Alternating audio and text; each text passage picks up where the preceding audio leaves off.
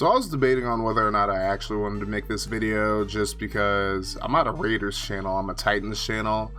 But considering the quarterback that replaced Derek Carr is the quarterback who was the Titans starter for the previous 4 years, Marcus Mariota, got his jersey hanging up right there by the way, I think it's only right that I talk about it a little bit. Now I'm not going to cover this game in its entirety. I'll do a little recap on Tuesday like I did last Tuesday, just on all the games. But in this video, I'm just going to be talking about Marcus Mariota's performance in this game. Now, the Raiders did lose in overtime 30-27, but there was a lot of good and some bad in Mariota's performance. So for those of you who didn't watch the game, Derek Carr went out late first quarter, I believe it was, on a third down. He was rolling to the right, and all of a sudden he just came up limping and holding his groin area. So they said that he had a groin strain and he wasn't able to come back into the game. Actually, in the second half, he was seen in street clothes on the sideline. So Marcus Mariota gets into the game after being on IR to begin the season and then being the third stringer behind Nathan Peterman once he came off IR, but he was one who was active for this game. This was his first game since week 6 of 2019. Titans fans, you guys already know what happened in that game. So first drive, Mariota comes in and absolutely balls out. 3 of 3, 70 yards, and a beautiful touchdown pass to Darren Waller. He also had a really nice 11-yard run as well.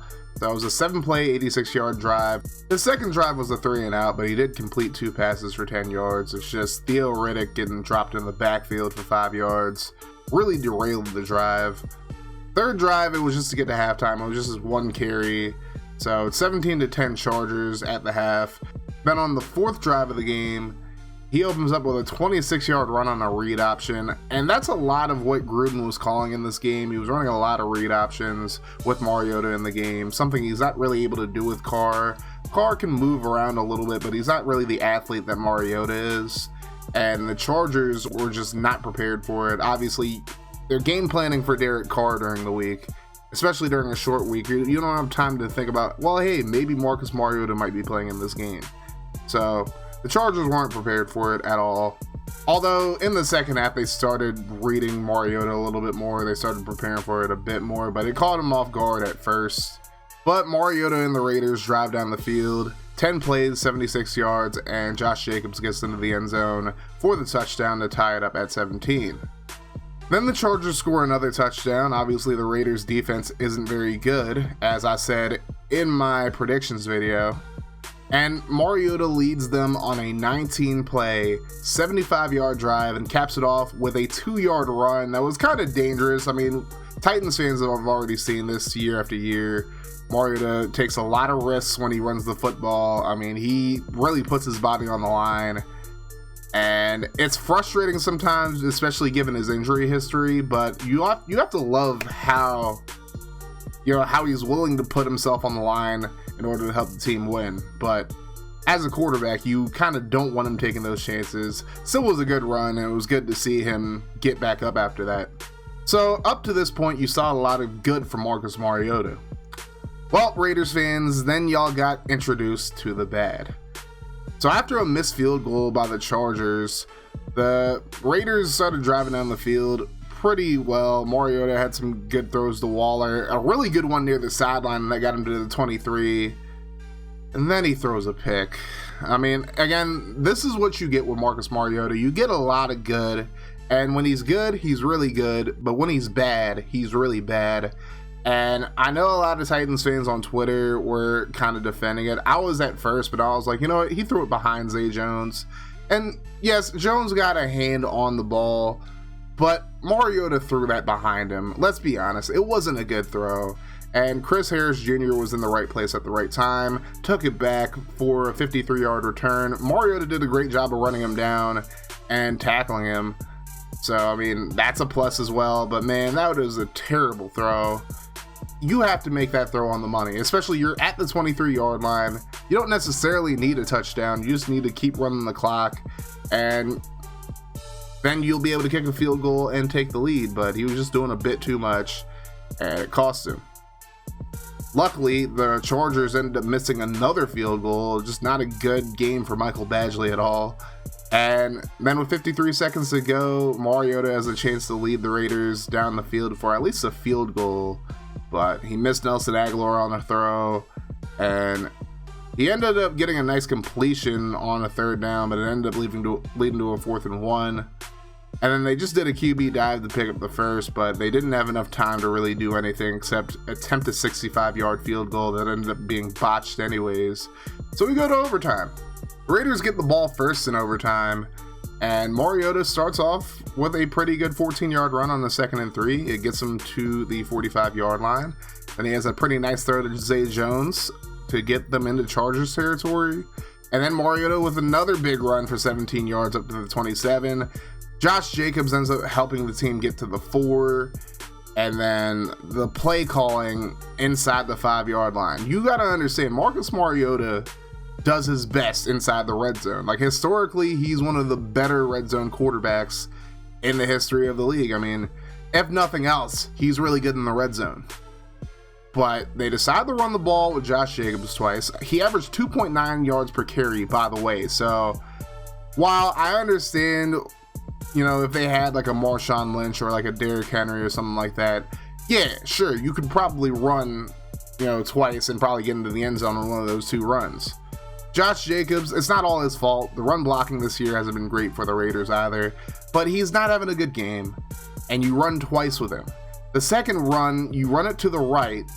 So now 3rd down, which kind of becomes a passing situation, and you run a rollout pass to the right. When you're on the right hash and you run a rollout to the right, you're basically eliminating most of the field. And honestly, there's just no excuse for John Gruden doing something like that. John Gruden's been coaching way too damn long to do something that foolish. And it's like a little flare pass to Alec Ingold. It's broken up by Rochelle. And the Raiders had to settle for a field goal.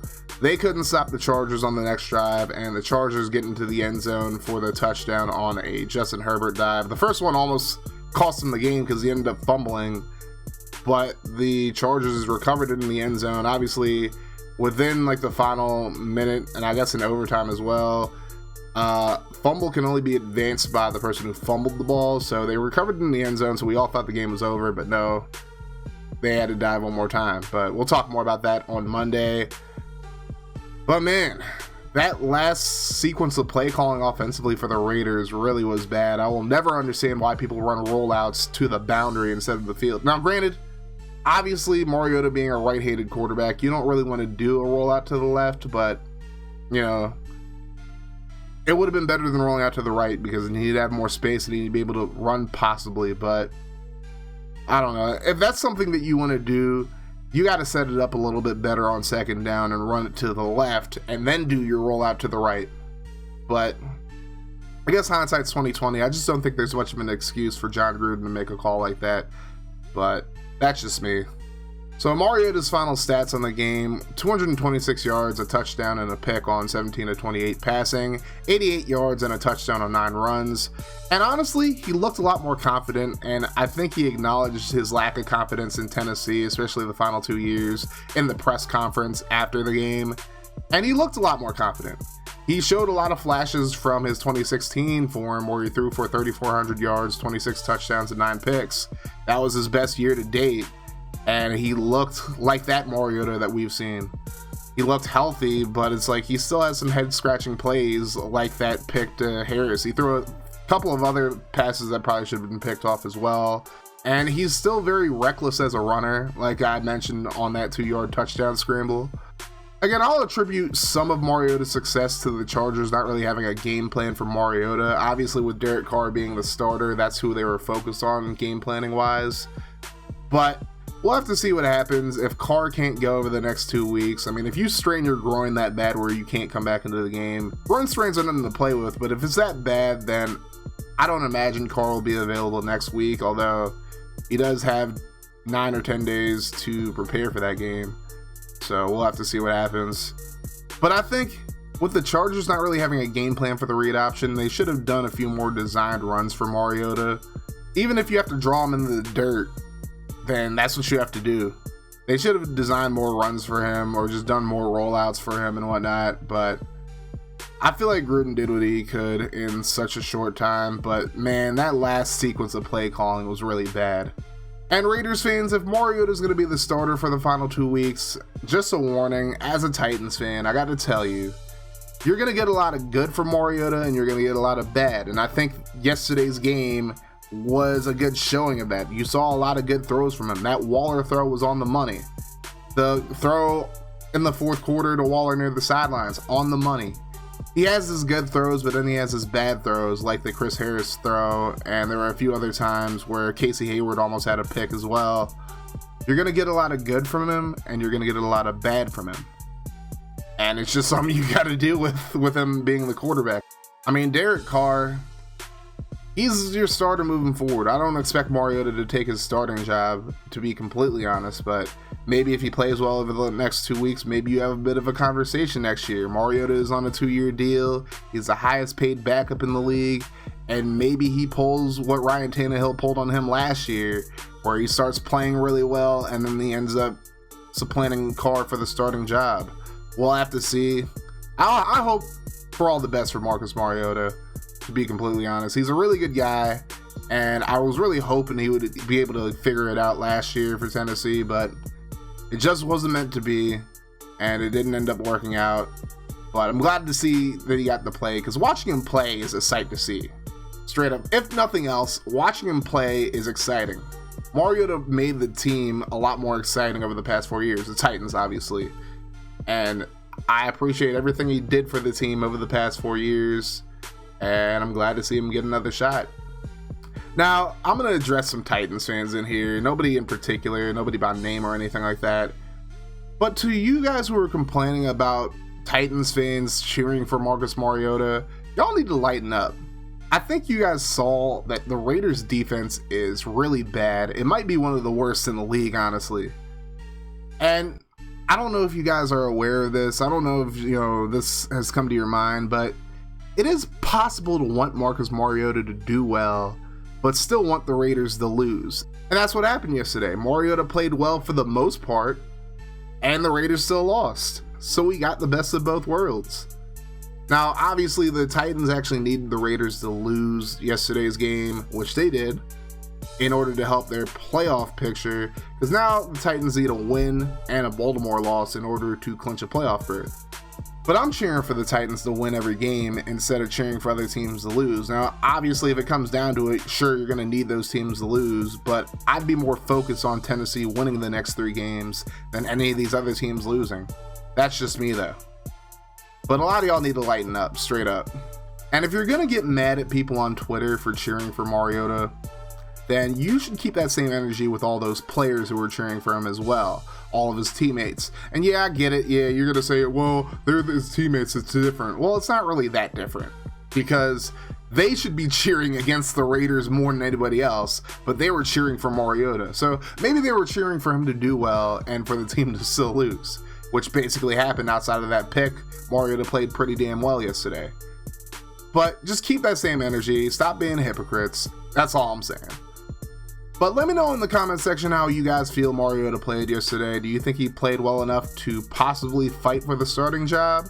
Do you think he gets a starting job elsewhere in a year or so?